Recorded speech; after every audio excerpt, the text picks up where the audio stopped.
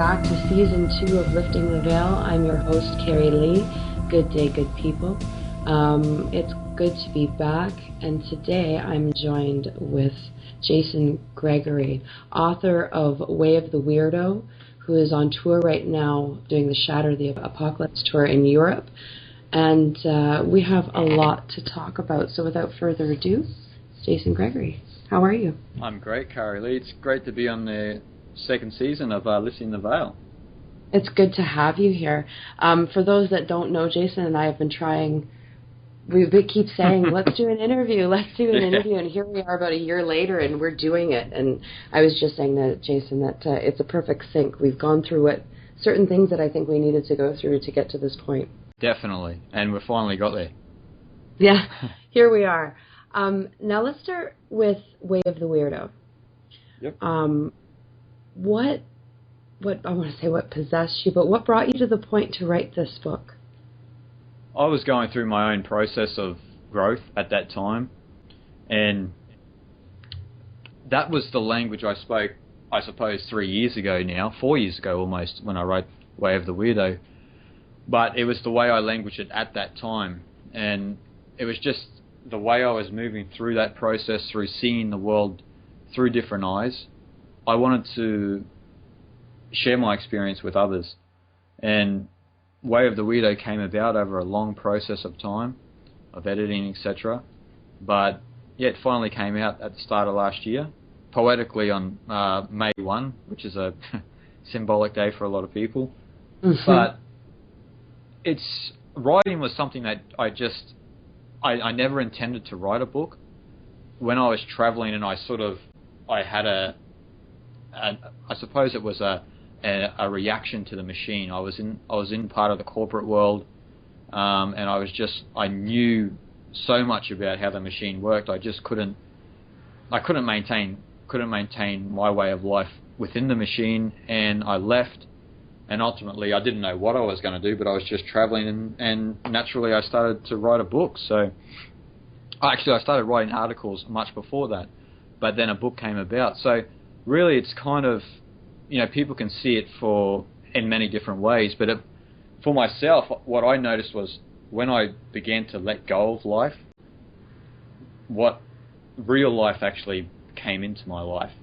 Now, I know that sounds kind of corny for a lot of people, but that's how it worked for me on that level. No, I'm sure a lot of the listeners can relate to that, because it's when you let go of the lie that the truth comes through, right? Yeah. And so many of us are living that lie without even realizing it. A lot of us are coming out of it, obviously. Yeah. But when you talk about the weirdo, you're talking about all of us that are sitting here questioning and going against the grain. Exactly. That's what I mean by the weirdo. It's something that's someone who is strange to the environment. So there's a lot of people out there questioning at the moment, and I just thought I love the word weirdo since I was a young boy, so I just thought it was the perfect way to language of what sort of the process we're going through. And a lot of the people out there who feel they're weird actually think they're alone, but I've traveled the world a lot, and I can tell you, you're not alone. There's so many people out there questioning authority, questioning themselves, and stepping away from the lies within and without. Oh, for sure. And it's difficult because a lot of us, as we're, I guess the term awakening, it gets used an awful lot, but for lack of a better word, when you start to become aware, you're surrounded by doubters. And you automatically feel strange, and it's good to be strange. Yeah. But at the same time, for some it can be very lonely. Definitely, and a lot of people out there, if they're not really centered in their being when they're having these experiences, they can feel lonely, or they can feel isolated in a sense. But that's actually, I believe, an expression of your growth, an expression of your own evolution. Because if you were to resonate still with lies, or still with the ego, you would still be bound by a world that's ridiculous, really. So you would be resonating with people and situations and governments, etc., that don't better your being. And a lot of the sages, a lot of the enlightened masters throughout time have always said that when you have your own growth, you actually reach a point of isolation. Now, it's not to be feared. It's actually a place of solitude, really, because you've reached a point of isolation. This is not it doesn't have to be isolation without, but isolation within, where you feel lonely in a sense, but at the same time, you've gained something else. You may have lost contact with particular friends or family, but if you get caught in the detail of that, then you'll get sucked back into the illusion of life. Definitely. And appreciating that alone time, and that isolation, that's that time for you to go within. Yep. And just be that in that moment and appreciate it, because once you come out of it, you realize that you're not alone. That loneliness doesn't exist. It's something that you're imposing on yourself, and that if you are given that time, there's a reason for it, because that's that time for self-reflection. Exactly. And you won't be able to see reality for what it is if you get caught in the idea that you're alone, etc. We're brought up in a society that adores success. So success is usually bound by money or by how many friends you have or how popular you are. So when you start to shed the ego, what naturally happens? You lose money, you don't have so many friends, and you become alone. So if you can deal with that and still work through all of your conditioning, etc., that you've had from birth and maybe even from past lives, then you can work through this and start to bring the real you forward, not just the concept Jason Gregory, but bring the real me forward. Yeah, a lot of there's so much lingo out there. It's your higher self. It's the you that you were supposed to be when you came here, that's been programmed out of you. Yeah. We have to recognize that again. It definitely. There's, like you said, there's so much lingo around what we're talking about, but I always mention to people, just work on yourself completely. Don't worry about what's happening in the outside world. Like, obviously, be aware, but don't worry about what other people are projecting onto you, because that's only their idea of themselves as well. But work on yourself completely, because there's a lot of hidden stuff, hidden crap within all of us that we need to shine a light on within us. We've got to work through shadow parts of our psyche to bring a lot more of our real self forward. And it's not an idea of just focusing on love and light. It's love and light is true in a sense, but not in the way that it's portrayed in the inauthentic teachings around the planet. It's about working through all of that conditioning, no matter how absurd your conditioning, even if it's what you're used to wearing your clothes. It doesn't mean you have to go and change to a Bhutanese style of clothes or something like this, but just to work through why we are conditioned and why you're conditioned a certain way, etc., and bring that real Cari-Lee or the real self forward and stop perpetuating the conditioned self. That's right. No, I agree with you completely. And the idea that the love and light movement, as wonderful as it is, they're denying something. They're denying that shadow. And in denying that shadow, that's a creation of another illusion. And you're denying any chance for yourself to become complete. You have to... It's always that two halves. It's the idea of two wolves. You know, which one are you feeding? There is that dark wolf. There is that light wolf. To ignore them both or one over the other, it's ridiculous. You have to keep some type of balance and show yourself exactly who you are and not hide anything. Exactly. And that's what I feel a lot of problems, especially of what we call spirituality these days, is rooted in a lot of the inauthentic teachings around the planet. Now, I don't want to mention names, I don't want to mention particular groups or sects, but there's so many inauthentic teachings which a lot of people call New Age, but I don't want to say New Age, because New Age is actually Old Age if we're associating that to meditation or yoga, etc.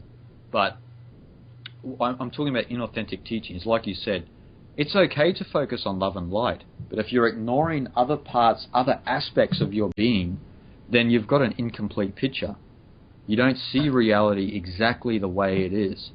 And that's a big problem, because what that'll produce is just more schizophrenia, more conflict within, and you'll just begin to suppress more of your shadow parts within yourself.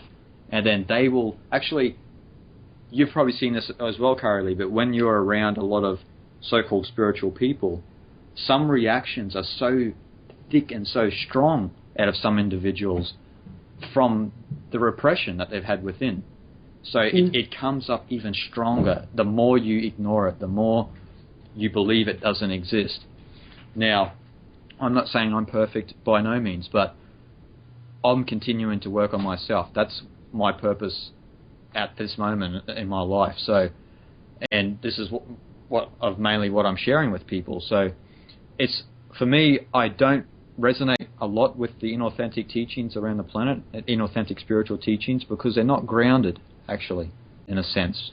We have a lot of cosmic teachings out there. We have a lot of love and light teachings, which, in a sense, it only aggravates the problem more. It doesn't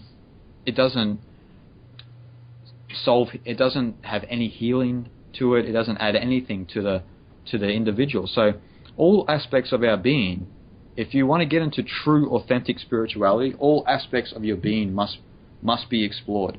And that even means the ego.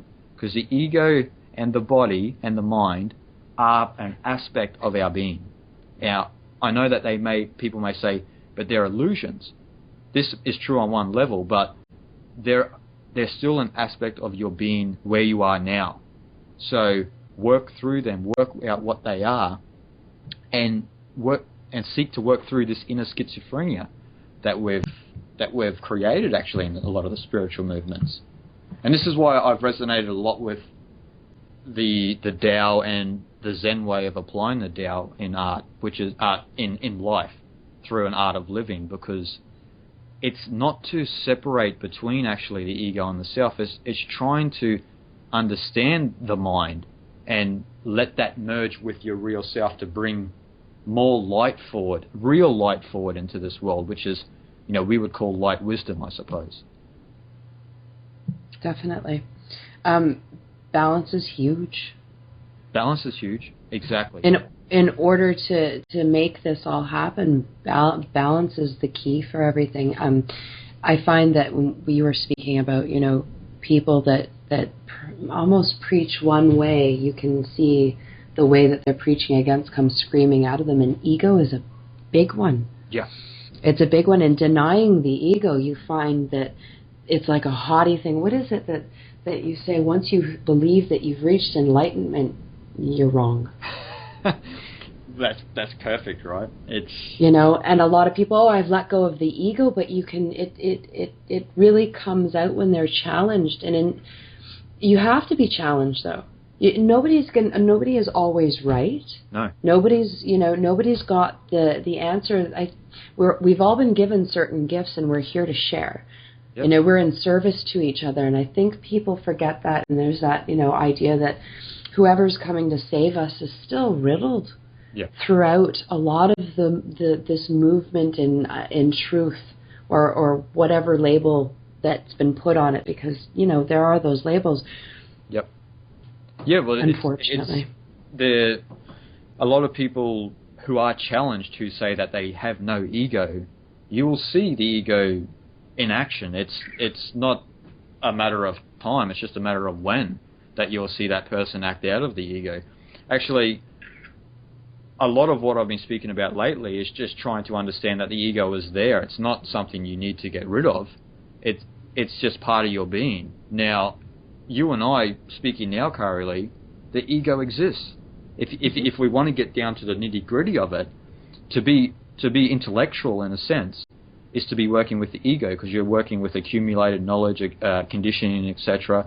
And language is a way of duality. It's not a way of non-duality. So the ego is what? It's a fragmenter of consciousness. So it is about duality. So if you are speaking, in a sense, you are using your ego. So a lot of people don't like what I say, because it's trying to get down to the nitty-gritty of it, instead of just saying that we don't have an ego. I know we all have an ego. And if we didn't, we probably would disappear. because you would just that's right. you would merge into spirit. That's right. And that's not what we're here for. No, we're here to get there. Yeah, but there's a lesson in it. There is a lesson in it, and if you follow your own path, you will work out all of your own inconsistencies, all of your good sides of yourself, your bad sides of your ego, your good sides of your ego, and you will continue to unravel that ego more and more and more until you enter more of a, what would you say, like a non-dualistic perception. So it's not something that happens overnight. A lot of people say that Buddha and Jesus and Lao Tzu and Shangzu and all of these guys reached enlightenment overnight, and it's like, no, they didn't. They worked so hard on themselves to reach this state of freedom, this true state. It's not something that happened overnight. It was a whole...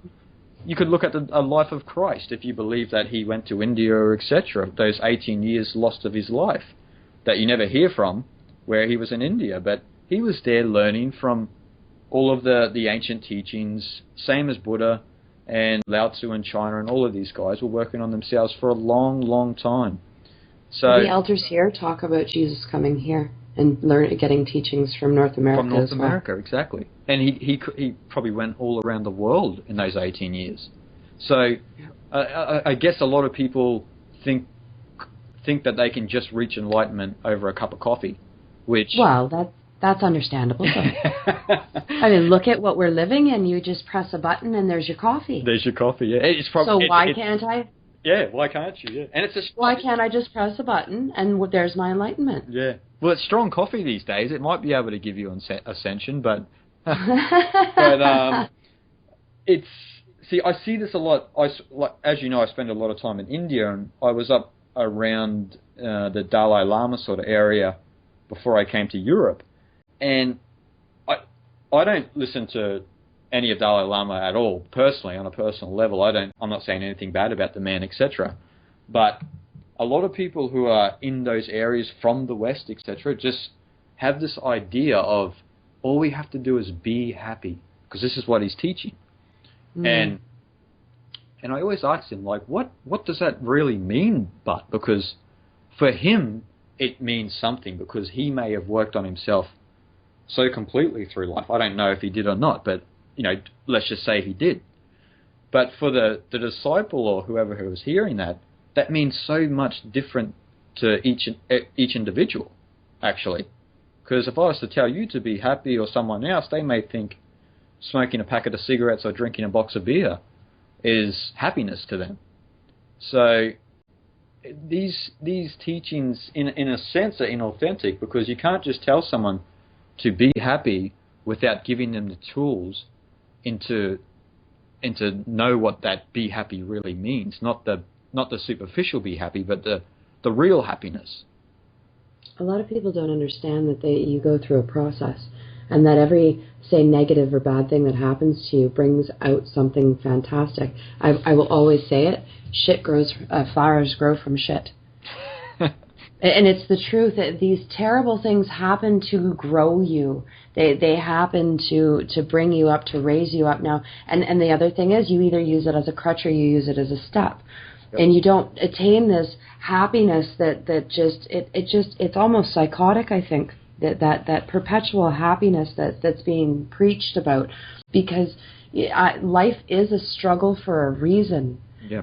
And once you start to get on that path, you do get on this type of, you and I were discussing before the show, this flow, right? But that doesn't mean that nothing external touches you. You still have to go through silly little things like getting into an argument with a friend, or, my children aren't behaving, go figure. You have these moments in life that are so far from perfect. But when you sit back at the end of the day, or after, if you're blessed enough to be able to keep yourself in the moment, because that's difficult to do. Of course. But if you can do that, you see that, okay, well, I just learned this, so that why am I reacting this way? No one really sits there and says, okay, why do I react the way that I do? Because really, it doesn't affect me. No. A lot of these things that we get so flustered over are chances for us to figure out why what's inside of me Yeah. that needs to, and that's another thing when you're saying we have to, pay attention to ourselves. People are so afraid to do that because you're afraid to be self-centered. Yeah. A lot of people believe if you pay attention to yourselves, they associate that with selfishness. That's what I've heard a lot in the world, and actually I've met some people in Europe here, who have actually been put in hospitals for centering on themselves, which I think is crazy. But that's the world we live in at the moment. So, again, like you said, we have this process which we call life. And at the start of the Sacred Sound of Creation, I mentioned, the journey is the destination. There's actually no point that we're looking for, because there's always the eternal now. So it's always the journey is the destination. But to understand more about that, you have to go through a process of learning. You have to, like you said, go through the shit so a flower can be born. So we have to go through all of these experiences. This is what is known as involution and evolution. So you get so involved in the creation where you get so drawn into political problems or etc., or you get drawn into a silly argument. But then when you can sit back and self-reflect, you move more back into the eternal now, which is what evolution is associated with. And you can self-reflect on... Self-reflection's a great thing, because you can always see that, hey, wow, like even that argument I had 2 years ago, it got me to where I am sitting right now. Or that stupid incident I had yesterday actually taught me a valuable lesson, even though it might have been the hardest thing to experience at that time. But it's a double-edged sword, because if you're not willing to work on yourself, to have these experiences and to just go through them humbly, then you won't learn anything. You'll just think that they are external experiences that were against your own will, etc., and you won't learn anything. If you can see it as an integrated whole and think, hey, wow, I needed that experience to learn patience or perseverance or something about yourself, then you're starting to see more and more and more deeper within yourself. We have that ebb and flow where you can be centered in the eternal now, where there's no problem, nothing in life, where you can be centered there, but then you get drawn out of it naturally, because movement actually is a part of the universe. So there is that aspect of our being as a sentient being, where we have movement, but then we also have our still point, our center. It's just an understanding of that process of how it moves and how it works with reality and the experiences you have.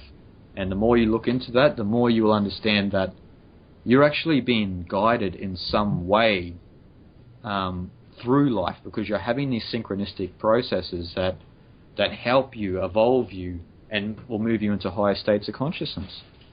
There is no coincidence. There is no coincidence. It's when we look at the psyche, we've been talking about the shadow here today. If you want to look at the shadow, let's have a look at the unconscious. The unconscious itself actually conspires with the material world in a sense, because everything you repress within yourself will continue to be reflected into reality, because you're not trying to work through that. If you center yourself and you finally get the courage to work through some of your latent tendencies, then the way or the path that you walk through life will become much more clear. Clarity of the mind will enter your life more, and you'll be able to see reality more as it is. But if you continue to suppress it, then the unconscious, the shadow, it'll just continue to reflect everything that you need to move through life. Definitely. Yeah. Now, you were mentioning the Sacred Sound of Creation not too long ago. For those that don't know, that's the YouTube channel is One World Within, and it's about 2 hours and 40 minutes. And our brilliant editor, Justin Jewski, helped you create this absolute masterpiece. I enjoyed it. My husband enjoyed it. Everybody that I've showed it to or suggested it to has been very impressed by it. What brought this about for you? Well, actually, the Sacred Sound of Creation was a presentation I did on a tour last year, the Reality Unplugged tour, which was around Australia. And a lot of people really enjoyed the presentation. And for me, my presentations, my writings, etc., are like my form of art. So actually, in my presentations, I like to take people through a story, etc., but rooted in reality. So I really enjoyed making the Sacred Sound of Creation for the tour. So as you just mentioned, Justin Jazuski, we've got a pretty good relationship. We've actually had a pretty good relationship for about a year now, and he's a great filmmaker, musician, and I mentioned it to him if it would be something of interest, and actually without him, the Sacred Sound of Creation, the film, would have never been created. So I've got to applaud Justin there and thank him for all of his work that he's done for me, because he's an unbelievable individual, as you know, Cari-Lee, and yeah, we're very blessed to have him in our lives. It's part of the artists that are gathering. We're all artists gathering, and something that Ben Stewart had said is that it's the artists that are going to be changing this world. And it always has been the artists really that changed the world, because they always, we could even look at the shamans of the older times. They were actually the artists of the time. So it's a new form of artist, obviously, and Justin's just one of those amazing individuals on the planet who are producing beautiful art, and what I love is he has so much selfless work. He has a devotion to truth, and just an inspiring human being. And he wants to help us. I don't know how many times I've thanked him so much for what he does, and he's like, thank you, because I'm able to help get these messages out, and that's all I want to do. Is I want to be. He understands that he's a conduit. Yeah, beautiful. As we all are, we're all supposed to be. The reason I started up the show was so that I could continue on what I was learning and share. That's what we're doing. We're sharing, because it's very selfish for us to keep it to ourselves. Oh, of course, yeah. We're sharing together, and we're sharing that the underlying essence about all of everyone's truth is the same, really. We're just expressing it differently through our different artistic expressions. That's right. Yeah. That's right. Now, what you're on right now, you're in the middle of your Shattering the Apocalypse tour, and your next date is Germany on the 6th, and you're leaving tomorrow for that. Tell us a little bit about what you're doing with the Shatter the Apocalypse tour. Well, we're getting into a lot of new and different areas, and the show in Norway here was an astounding success. So it's the first time I've ever presented for 7 hours, so it was a new experience, but everyone thoroughly enjoyed it, so that was a great thing. But I tongue-in-cheek, I mentioned before the tour that this will be an advanced course in esoteric wisdom, which it is, in a sense, but I like to put a lot of light-hearted material through my material. On a personal level, I don't take life too seriously, but a lot of the material is very new to people, and sometimes, in a sense, very hard for people to assimilate, because we're talking about real, authentic spiritual teachings here, not the inauthentic teachings around the planet. We're talking about the real, authentic spiritual teachings, and what I've been getting into is the basis of all religions, the basis of all spiritual traditions, is to realize that actually the individual is the microcosm of the whole universe. Now, you may already know that, Cari-Lee, but a lot of people do not know the deepest teachings of that, of how you are the microcosm of the universe. But then, even from that perspective, there's another step, which has actually been lost in a lot of traditions. Not so much in the occult. The occult, it's still understood, but that's man becoming macrocosm. Now that's right. That's not anything to do with that you actually become the whole universe, but It means that you begin to act and see as the universe does, and because those primal energies of the whole cosmos begin to work through you, and you've actually cleared a gateway for the whole universe to work through you in its own way. So that's sort of what I've been getting into. That's by no means not all of it, but that's the key point on how to understand man as macrocosm, not man as microcosm. That'll be part of it, but man as macrocosm, because it's only then where, in truth, where real evolution takes place, because the individual being the reflection of the universe begins to evolve. Now that evolves the whole creation. A lot of these are hard truths for especially the West to understand. In the East, this is common knowledge. But in the West, these are hard to understand because we associate evolution with progress in the external world, when actually the whole universe is always changing. So the law of change states that everything will change, but only very small changes will happen. Which is as what they speak about in the I Ching, which is the book of changes from China. They speak about the cosmos itself is only small changes. It's not, you don't have these massive leaps in understanding, etc. Like you said, Cari-Lee, it's a process, it's a journey on an individual level. So you can't just go from A to Z. You need to go through B, C, D, E, etc. So but man as macrocosm is understanding, is actually the evolution of the individual. It's the evolution of perception, and it's understanding that on one level of life there is chaos, but on a higher perception, a higher cognition, a higher attunement of consciousness, everything is actually the way it's supposed to be, because everything's just a dance of vibration and you're part of that.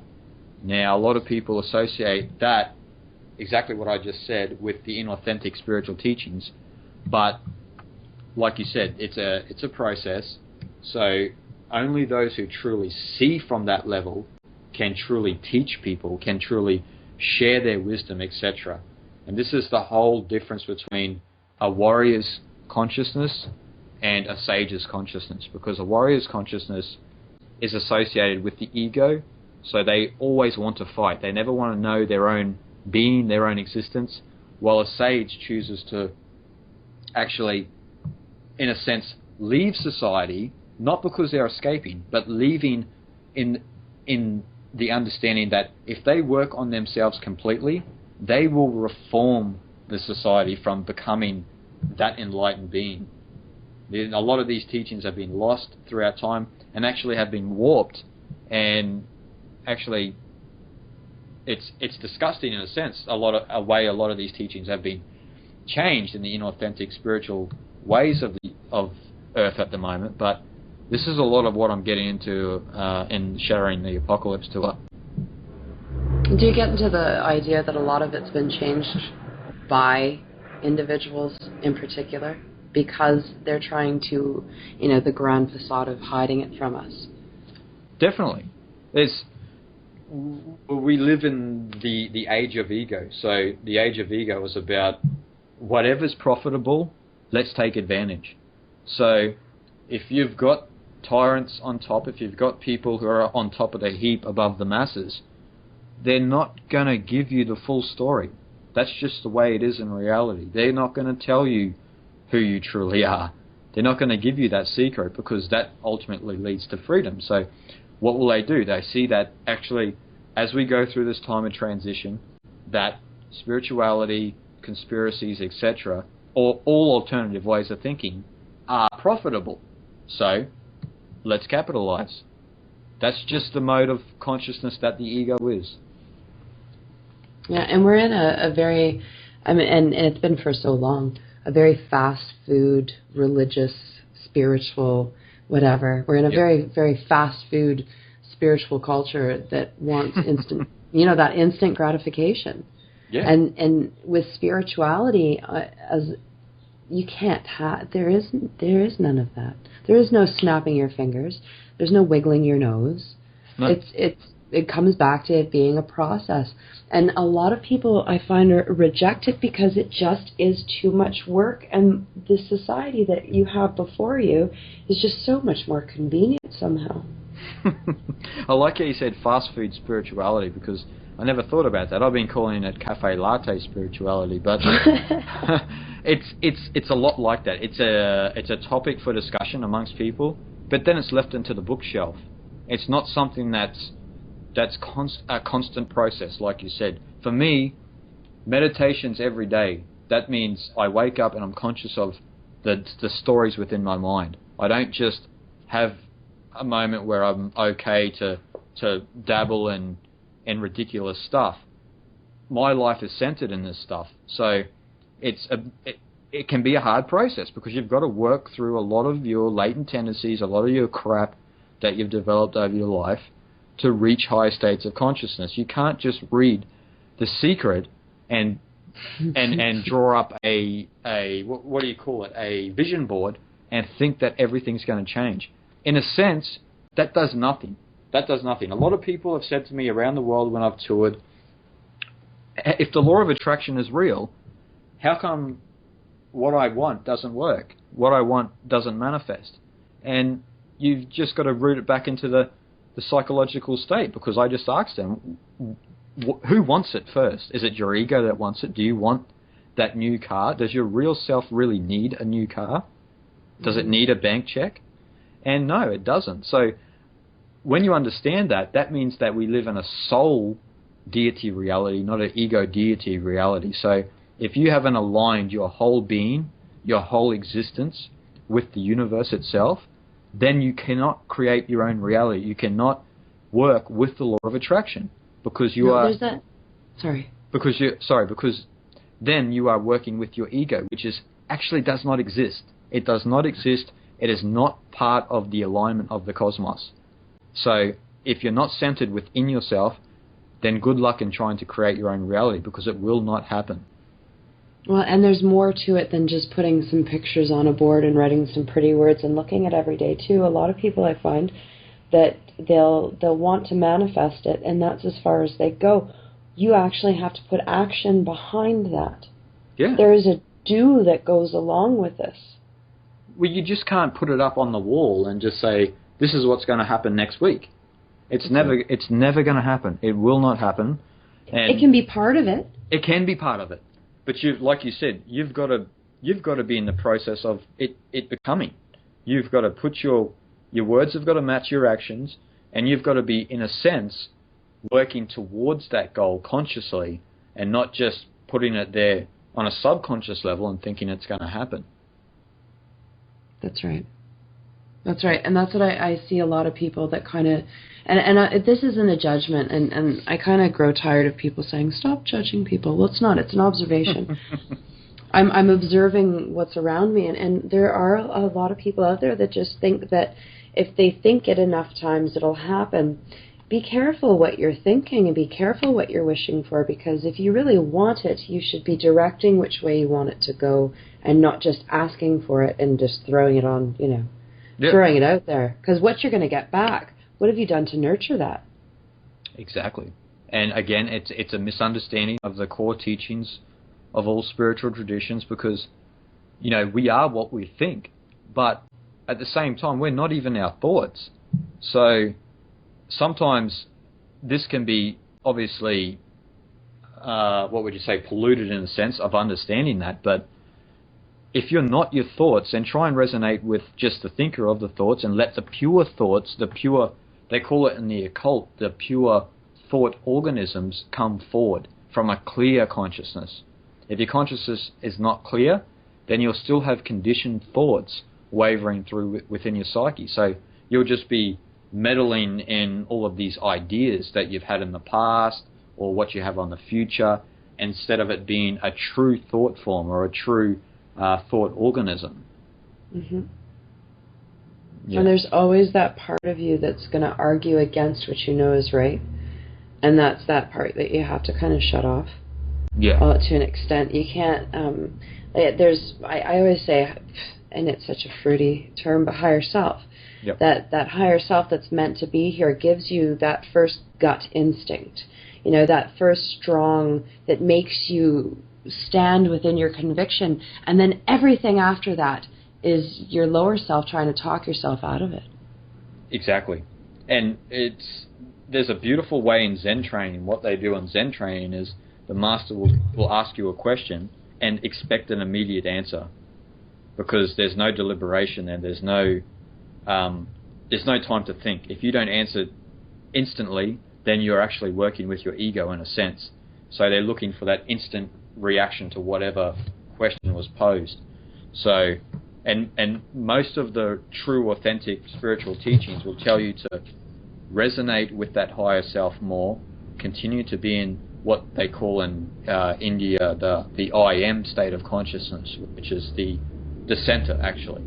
So the more you resonate with that center more and more and more and more and more, the more the thought vibrations, the less actually the thought vibrations have an effect on you, because you can see them for what they are. If it's a pure thought, then you can see it and go, well, we can entertain that.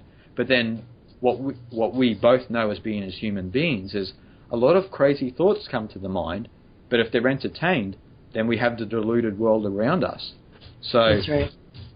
What we've got to do is get back into that real, authentic spiritual approach of resonating with that I am state of consciousness and bringing that forward into the world, bringing that into the manifest, bringing that great work. I call it the great work of eternity, because you are bringing the eternal back into the manifest world. Yeah, for sure. Yeah. No, and you're so right about it. And it's difficult. I mean, I'm practiced, of course.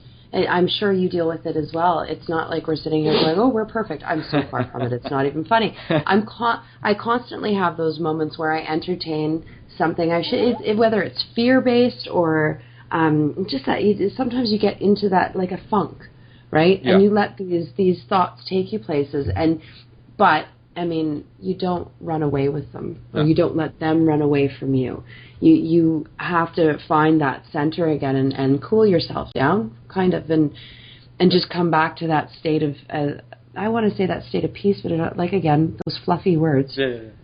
But it's true. It is a state of peace. Like we can say that, and it's associated with being a fluffy word, but it's a beautiful word in a sense. And and that's how I feel about it too, because you come to that state of calm, right? Yep. But a lot of things in this time are being tainted and muddied.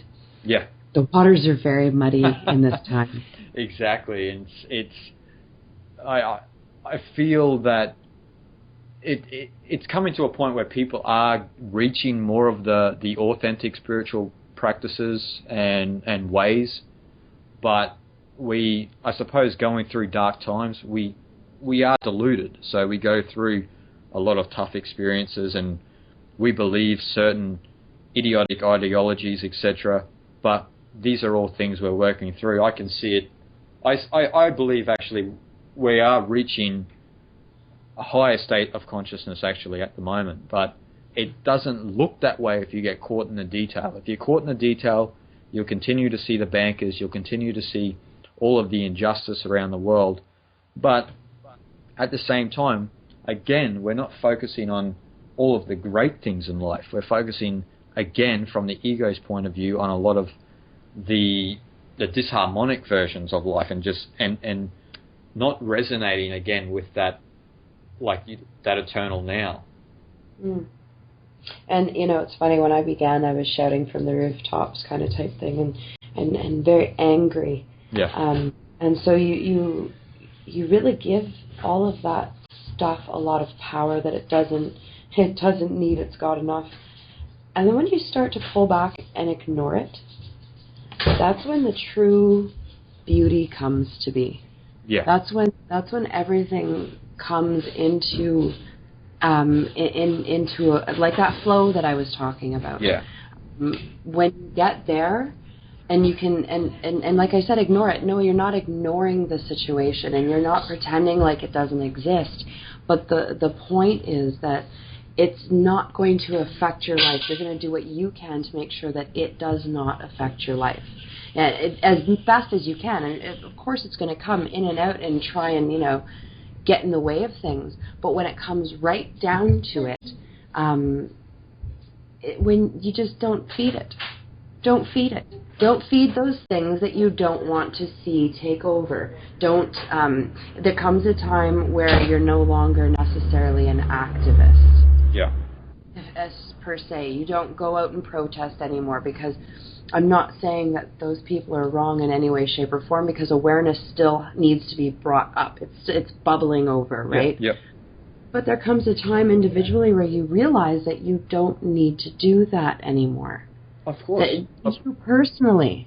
This is what we spoke about a bit off air, about the different levels of perception. So, again, it's not right or wrong for someone to protest. It's just what it is.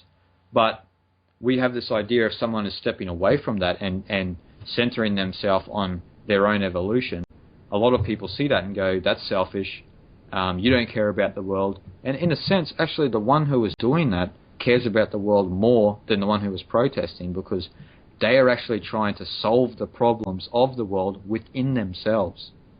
Now, a lot of protesters and a lot of people who are anarchists, etc., they just want things to change, and they will change, and they will cause change, but that's not the be-all and end-all of life. We need to realize that. I've been, like you said, Cari-Lee, you've done that. I've protested before, of course, as well, but I'm not there now, and it doesn't mean I'm good or bad or right or wrong. It just means that I see a different reality than what I saw 5 or 6 years ago. So, and a lot of this can be put back into that narrow box of the inauthentic spirituality, where you can just ignore the world and it'll change. That's true in a sense, but not the way that they portray it. No, exactly. But you can't pretend it doesn't exist. Yeah, you can't pretend it doesn't exist, and don't let the mirror hurt your eyes. This is what I told a lot of people on tour here, because I showed some footage, etc., that a lot of people didn't want to see, because it was about the world and about how the world is now. And a lot of people said, I don't resonate with that because I just ignore that. And it's like, well, you're actually ignoring an aspect of yourself, because this is the mirror. Now, it doesn't mean that you have to go in and get involved in it, but don't ignore it and pretend it doesn't exist, because it exists. But the more you can resonate with your true within, your higher self, the more you don't need to be drawn into that chaotic world anymore. And like I said before, this is the whole thing with the sage's perception, because it's a different level of magnification. They can see reality as it truly is, as a growing, living, breathing organism that is just growing in and out of itself. In and out of itself. It's a natural organic system. But what we see is cities, Illuminati, 9/11 was an inside job, the banking structure, etc. So we get caught in the detail, but we don't see this organic system growing in and out of itself, which is how it truly is. Definitely. Something that you had said earlier between the warrior and the mage, or the sage, sorry. Yep. A lot of us begin the warrior and go through the transformation, and I think that's a key to it. If we begin as a warrior, we can't stay there. If you stay there, then you've stagnated yourself, and you go round and round in circles. And I think that it's almost the idea that we have to bring ourselves to that point where we realize that, okay, it's a rite of passage where you grow. You have to constantly be growing yourself. Yeah. And you just automatically, very naturally, go from the idea of wanting to be the warrior to progressing towards the sage. Exactly. Yeah. And I totally agree with you, because it's, well, for you and for we went through the warrior stage where we were the warrior and we were protesting, but you needed that, because you couldn't have grown if you didn't. If you didn't know that the system and even yourself was fundamentally flawed, how could you change anything? You would just stay the same. You would just still be watching American Idol, eating Big Macs, etc. So you need. This is why I've been telling people on tour is there's nothing wrong with being a warrior. There's nothing wrong with being a sage. They're just different modes of perception. But if you are just resonating just with being a warrior, then you are going to be that involved in the reality that's going to lead to your ultimate destruction, because you haven't allocated for growth. So you're cutting yourself off. You're cutting yourself off from the universal energy. So if you're opening yourself up, because when you become a warrior, you naturally are opening yourself up to the possibilities of that the world isn't the way it is. And so if you are opening yourself up for that, then you're opening yourself up for infinite growth. So that should naturally lead you into a sage's perception and seeing reality differently. Yeah, I cannot argue with that at all. I'm good with that. Yeah. But it's part of the consciousness at the moment, and a lot of people, especially from, I guess, the warrior's perspective, they do not get why people want to evolve themselves. Now, they only get that when they start to evolve themselves. So, you know, it's nothing that I can explain to them. I can try and do it as best as I can, but it's almost like the eternal dialogue between Lao Tzu and Confucius. Confucius, for years, he understood Taoism. He understood what Lao Tzu was teaching, but not fully, because he kept trying to reform the political structure, the cultural paradigm at that time, when Lao Tzu was saying a tree doesn't need a structure, a river doesn't need a structure. They just grow out of themselves. So stop trying to force reality and step back and let reality be as it is. Yeah. No, it makes so much sense. And it's very, very hard for us to do because we're so used to controlling everything. We all have these control issues. Definitely. And it's actually a childish thing, isn't it? The control issues that we have on a psychic level is actually childish in a way, because we want to control people. We want to control our parents or our brothers, our sisters, our children. The weather. The weather. It just comes down to everything. Yeah, it comes down to everything. That's a massive extension of the ego. The weather. Like, how can we, we are attempting to control the weather, and I think we are to a certain extent. But for me, that's again the deluded mind. So. Yeah. Definitely. Well, I mean, I remember when we first had our daughter, and people saying, you have to get her on a schedule. It never made any sense to me. She'll eat when she wants to eat. She'll sleep when she wants to sleep. No, you have to schedule her.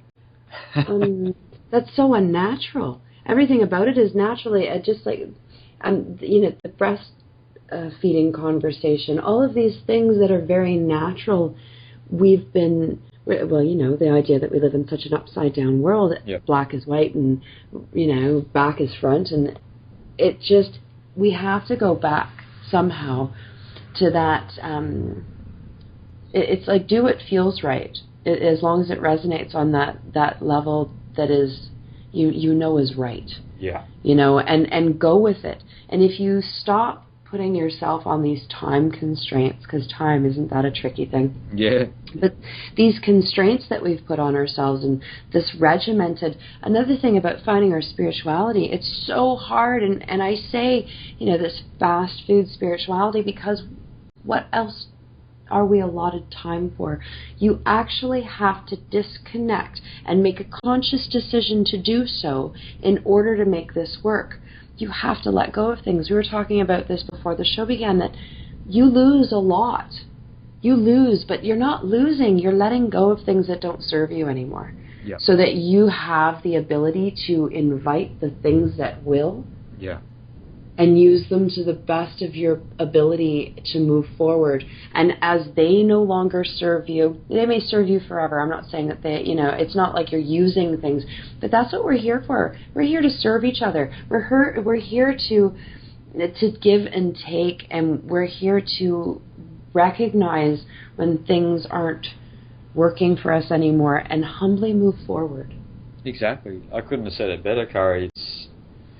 It's if we just begin that process of letting go of the lies, letting go of what's not real, but again, remember that there's nothing right or wrong. So if, in a sense, you're in a situation where you have children and it's harder to leave the machine, there's nothing wrong with that.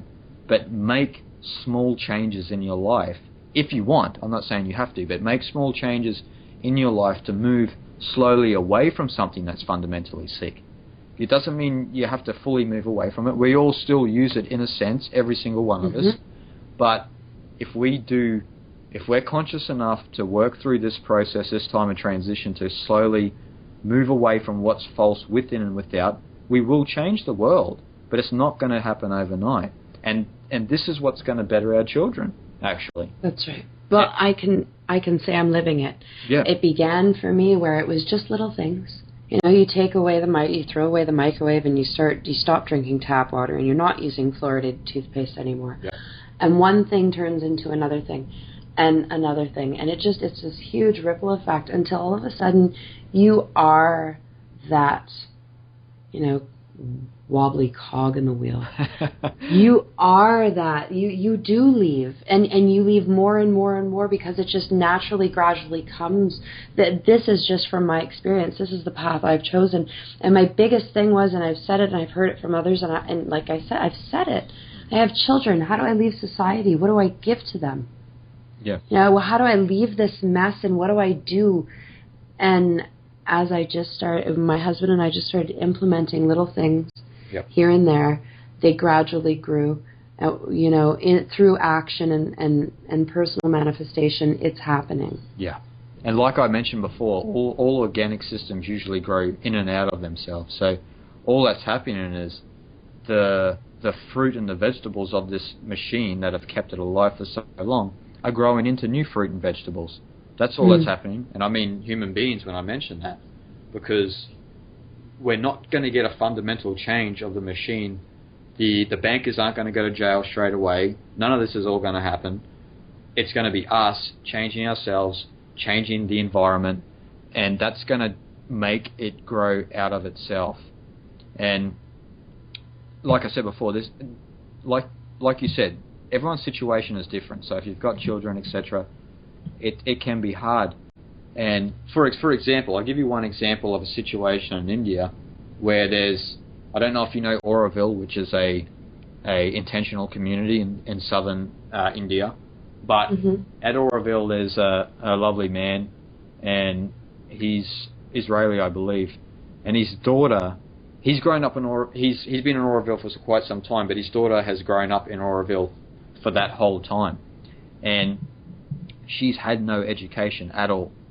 But spiritually and emotionally and physically even, she's so in tune. She's such a beautiful young child, and she's almost like an adult at the age of 13. But there's one thing missing. Now, I don't want to support the machine at all, but this is just to show you there's nothing good or bad, and everything's supposed to be there. She hasn't learned no education and nothing like that, and she doesn't know reading, writing, anything like that, arithmetic, etc. And I'm not saying that's right or wrong, but a lot of people, if they were to think about their own children, would probably think that's horrifying. So I just wanted to mention that to show you in a way that the machine has been there to serve us a purpose for a certain amount of time. Not now, but for a certain amount of time. So it's time for us, I believe, to move past it, or move out of, or grow out of it, and bring this new world, whatever you want to call it, to the fore. But again, it's up to the individual. It's not going to happen with you and me chanting in the streets. It's up to each and every one of us to change ourselves to get there. Right. No, that's right. It's very individual. It's not selfish. It's something that we all need to be doing. And if you don't, then we shouldn't be pitying anybody. but I feel sadness in my heart for those that are living that lie still. Yeah. And when you're ready, I can't wait till you get to that point. Exactly. Yeah. And like you said, we feel a sadness for our brothers and sisters all around the world who are still under the influence of the deluded mind, but it's something we're moving through, and it's getting quicker, it's increasing, and who knows where we'll be in 10 years from now. No one can really tell. No one can really tell. So. No, exactly. Well, and it's not even a concern. It's got to be everything that we're doing right in this moment. Exactly, yeah. For me, yeah, like you said, the 21st of December is not any of my concern this year. Nothing like that. 2013's none of my concern. I'm pretty sure we're still going to be human beings next year. And my concern is right now, where I am, working on myself, helping others with selfless acts, and not expecting anything in return.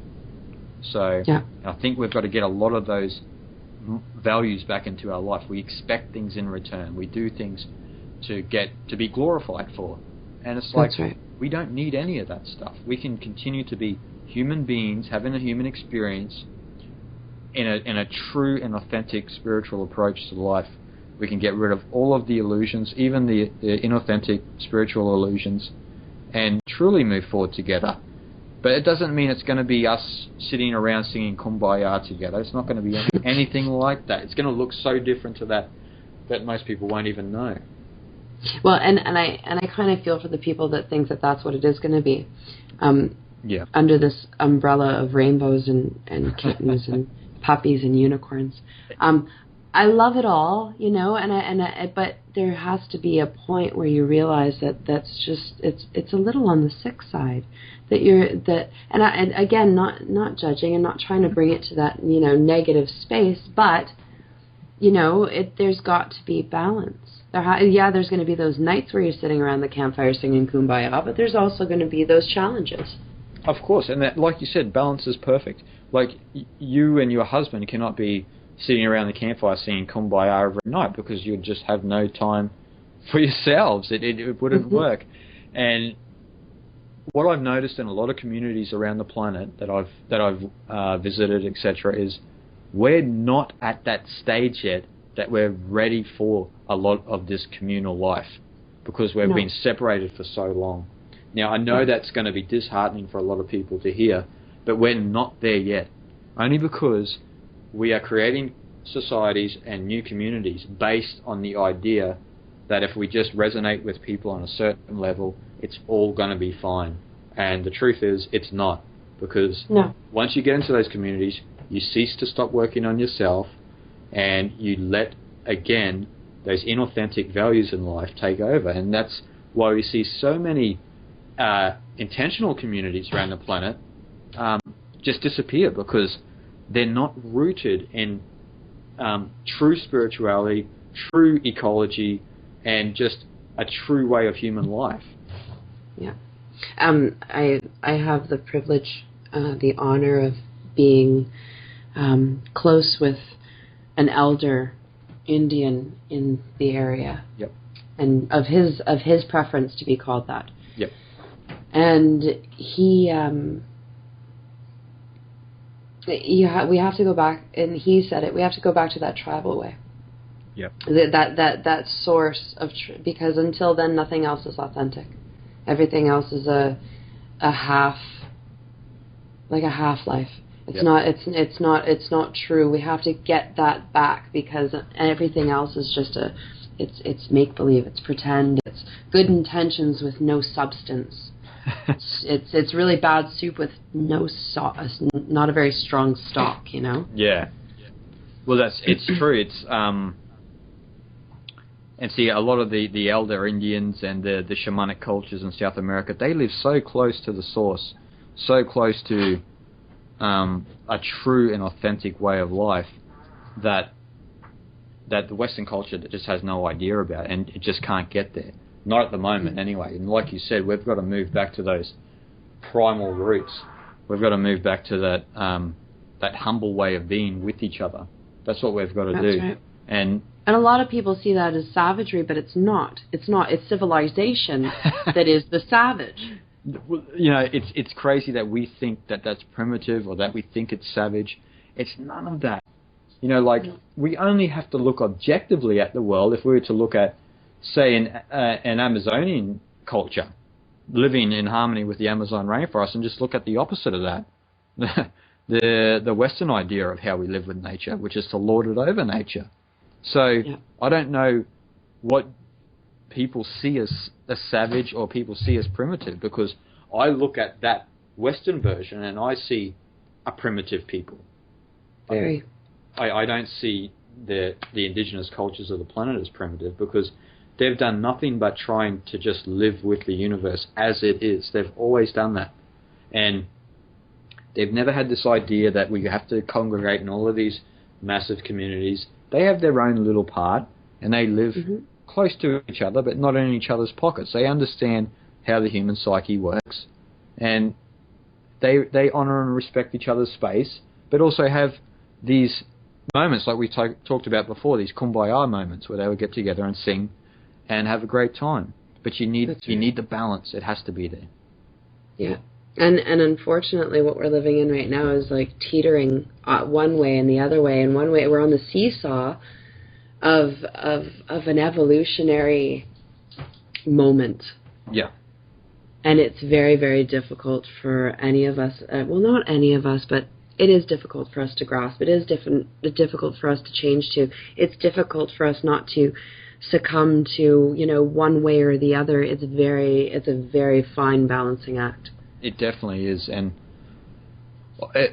seeing it from an objective point of view, like, we are going through something and we are changing into something for a particular reason, and none of us can answer that at the moment, but evolution does move in mysterious ways, or I should say progress in the external world moves in mysterious ways, change does move in mysterious ways, but nothing is right or wrong. It's supposed to be here for a reason, even as absurd as Western materialism seems. It's a part of the evolution for some reason, but serving its purpose on how we should never, ever, ever act again. Well, see, that's perfect, because actually if we didn't have values, we wouldn't know what mountains are. So there's a truth in that. So we need to go as far out from our center to see who we truly are, I suppose. So we've done that, and we've done a pretty good job at doing that. So, and now we're realizing that, hey, this is not right, or this doesn't feel like truth. So let's go back to that primal core within our existence, get back to those primal roots and resonate with the earth in itself more. That's right. Yeah, and you know, like, and this is again another thing which has been coming up a lot, is this in a sense an arrogance towards the earth, believing that we can ascend above the earth, or that the earth is a lower plane of existence. And you know, I want to destroy a lot of those illusions, because if we think in a sense that we are above or greater than the earth, then again, that's the ego, that's the deluded mind, because the earth is such a complex spiritual being, I will say, that human beings cannot even comprehend. So, well, the ancients, she's our mother. She's our mother. She's our mother who provides and nurtures for us. That's what it is. And you know, there's a lot of people that'll say that's somehow blasphemy, or you know, whatever the case may be, but it's the truth. Yeah. It's the truth. Where do we get our sustenance from? You know, of course, you know, we get what from the sun and the earth. Everything comes. And this is a lot of what I've been.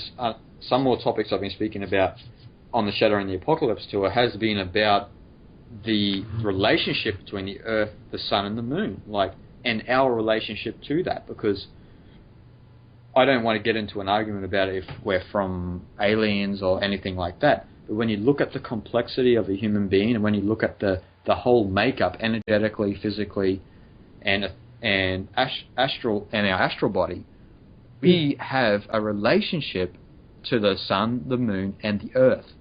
Because if we were to take, say, a female away from earth, what would happen to the cycles of the woman. Yeah. Could she survive, and could a man survive without the influence of the moon on consciousness? And the truth, the ancients called the woman's cycle. It's the moon cycle. It's the moon cycle. And see that, and this is the thing. This is what I've been mentioning a lot, to try and dissolve a lot of these cosmic ideas that we have, that we are going to ascend, or that we are from some star being, etc. Because I'm not saying that we're not, but we have a direct connection with this planet and the sun and the moon, and not to mention every other planet in the solar system. But it's here for us for a reason. Of course it is. And we cannot have an experience without the Earth. So I don't know any of my past experiences. I don't know if I'm from Andromeda. I don't know if I'm from the Pleiades. All I know is where I exist now, and I exist on planet Earth.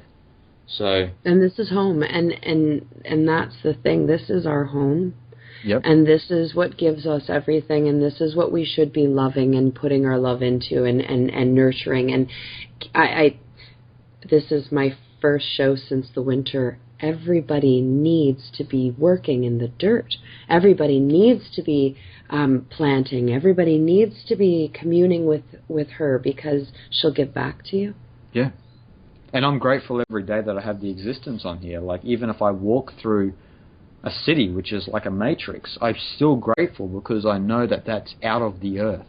That everything, every piece of architecture, every piece of even moronic piece of architecture, I'm grateful for, because it's of the earth, and it's out of the earth, and it's part of my experience. So for me to think I'm above it, or even better than it, is actually ridiculous in a sense, because we are part of nature, and nature is us, and that's the earth. So, and even if you want to look into Chinese philosophy, they have such a deep understanding of the relationship between the earth and the cosmos, and understanding how yin and yang energy work through the human vessel. So the human being the instrument between earth and heaven.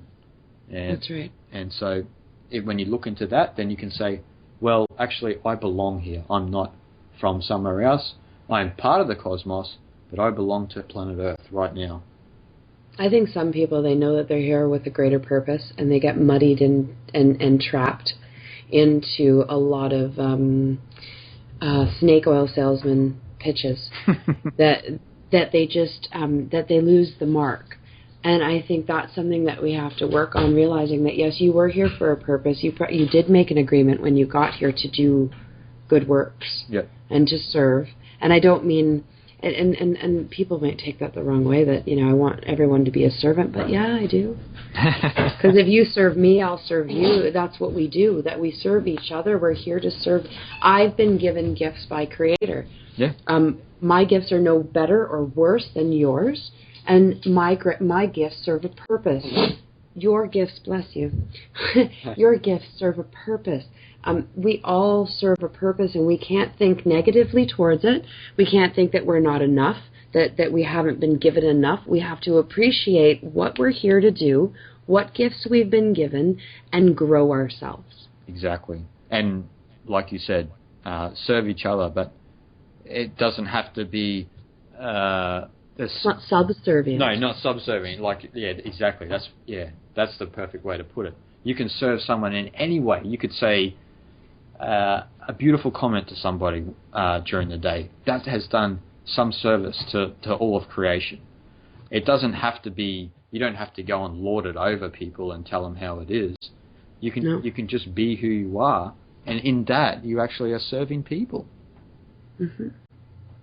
Yep. Well, you know, I am enjoying this conversation thoroughly. How are you doing for time? Yeah, I'm great. Good. Let's get on a little bit with your next tour, your next date. You've got the 6th coming up, which is later this week. Yep. And then your July 14th, you're in England. Yep. Talk about those two venues a little bit. All right, cool. Well, in Germany, I'll be speaking on the 6th of July. So that's actually going to be at a festival called Freaks of Nature Festival, which is very nice. it's kind of ironic that I'll be speaking there, but it's not freaks as in Freaks either. It's freaks as in frequency, so Freqs. So that it's a little play on words.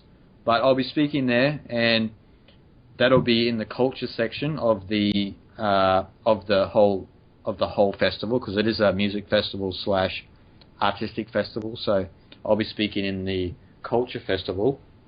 Okay, for everybody, sorry? Just 1 second. For everybody that might be wondering, you can go to www.freaksofnature, FREQSOFNATURE.de, and I'll have a linking it up in the description underneath the show, so people can go and check that out for all the dates, for all of the websites, and how to get in touch with Jason Gregory. All that will be available for the listeners. Good, continue. I'm sorry.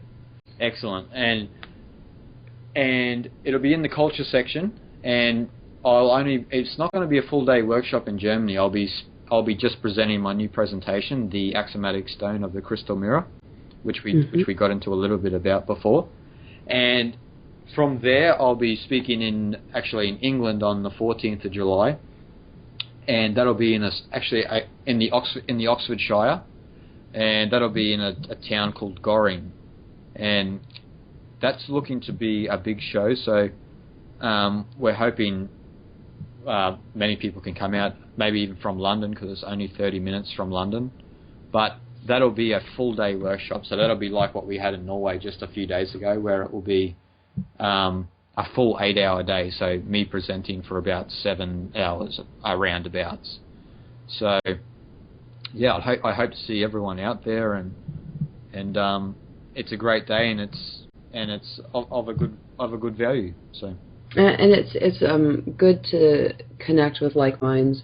There's fantastic energies at these kinds of events, and in a world where many of us have gone through that moment of feeling very alone, going to stuff like this, you'll meet people that make you realize that no, you're not alone, and they're outside of Facebook and these social networks, and you can have really good fellowship.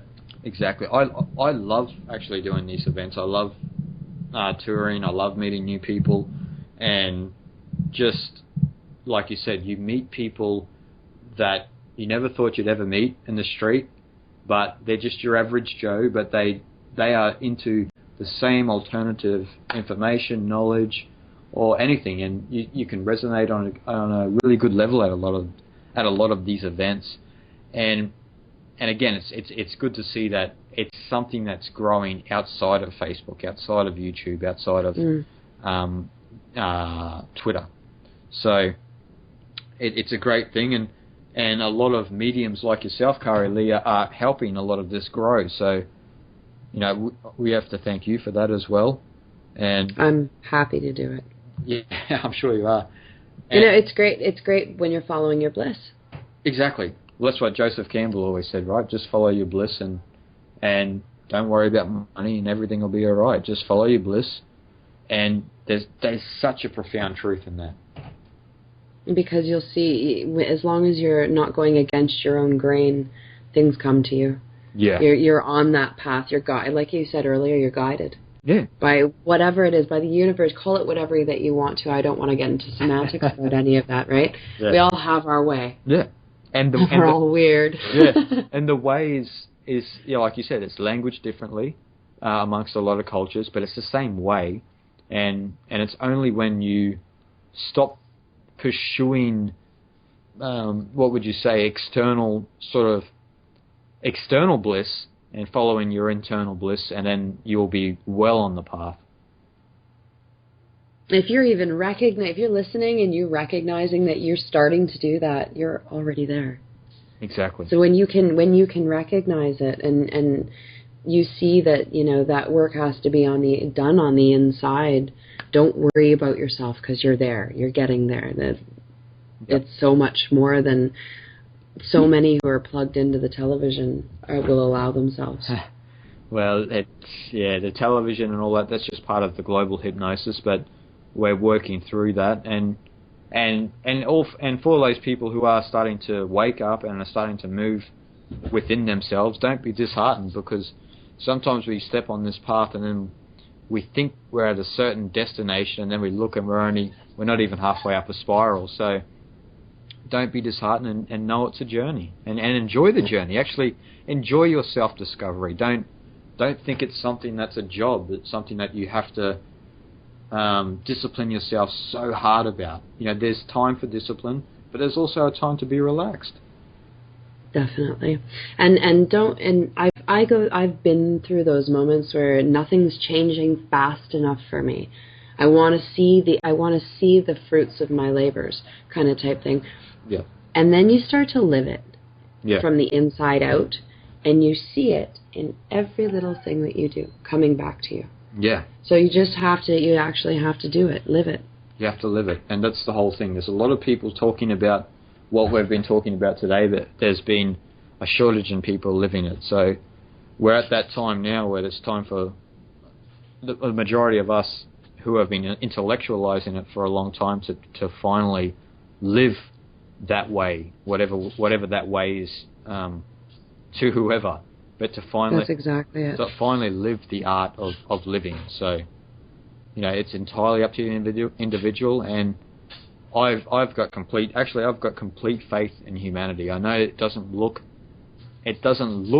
good from the ego's eyes, but if you can step back and see reality as it is, everything's okay, and we're moving through something that's been around for thousands of years, but we're finally starting to assimilate that knowledge and bring its wisdom forward. So I've got total faith in humanity, and I don't believe we are on the edge of doom. I don't believe 2012 is going to be the end of civilization.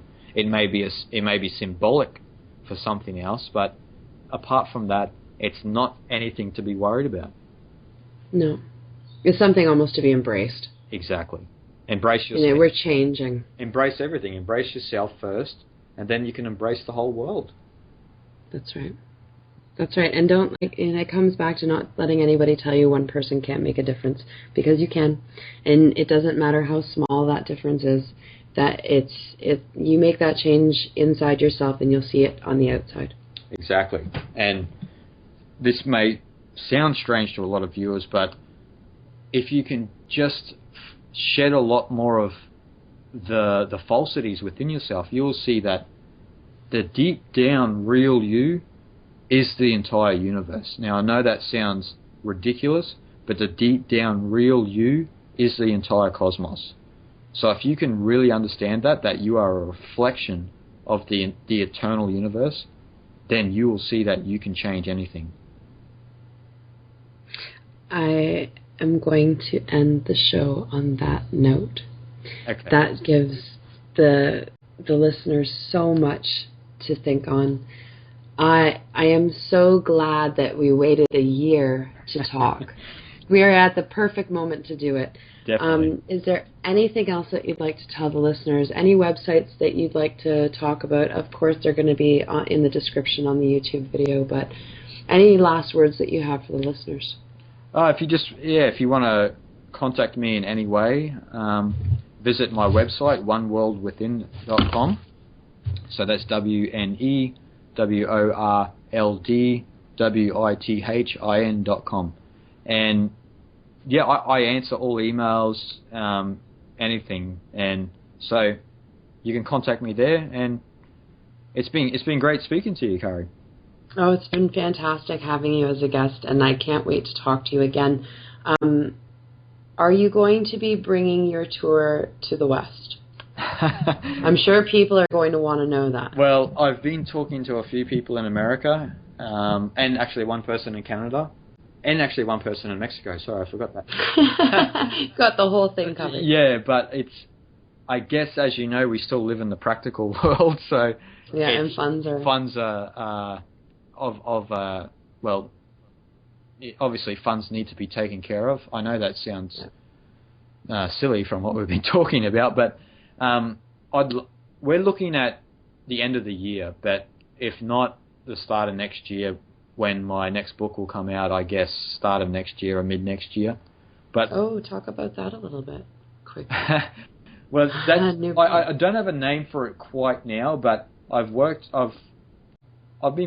working on it a lot until the tour started, and then I started working on a presentation. So it's basically getting into a lot of what we've been talking about, but even more. And Excellent. It's basically about what I mentioned, the great work of eternity, bringing that eternity into the manifest world, whatever that is to you and whatever language you want to put it, and understanding how the way operates to the individual and how to sort of to know you're on the path. But that's a very broad description. I'm going to get into a lot about how the within and the without collapse on each other and how to see reality in a different sense. And yeah, so I've been working on that, and I'll be working on that again after the tour. And yeah, so I'm really looking at North America for the end of the year. So if there's anyone out there who wants to contact me, then don't be afraid. I answer all emails, and I'm open to suggestions, actually. So I obviously would like to come out for numerous shows if I could. So let's see. Yeah, fantastic. Let's see what happens. We put it out there, now we'll just put some action behind it, and there you go. Yeah, that's it. Well, thank you so much for coming on the show. I look forward to speaking to you again. I'm sure the listeners will as well. I want you to take care of yourself and have a fantastic time in Germany. To all the listeners out there, thank you for being so patient and waiting it out while we work through technical difficulties and computer issues and headphone issues and microphone issues and funding issues. Thank you for being such fantastic listeners and for being such great beings that I see myself part of, and I'm blessed for it. So thank you. Thank you, everybody. Yeah, have a great day, and whatever you're doing, whatever time it is, just make sure that you're being true to yourself. You've been listening to Lifting the Veil. I am your host, Cari-Lee. Have a great day.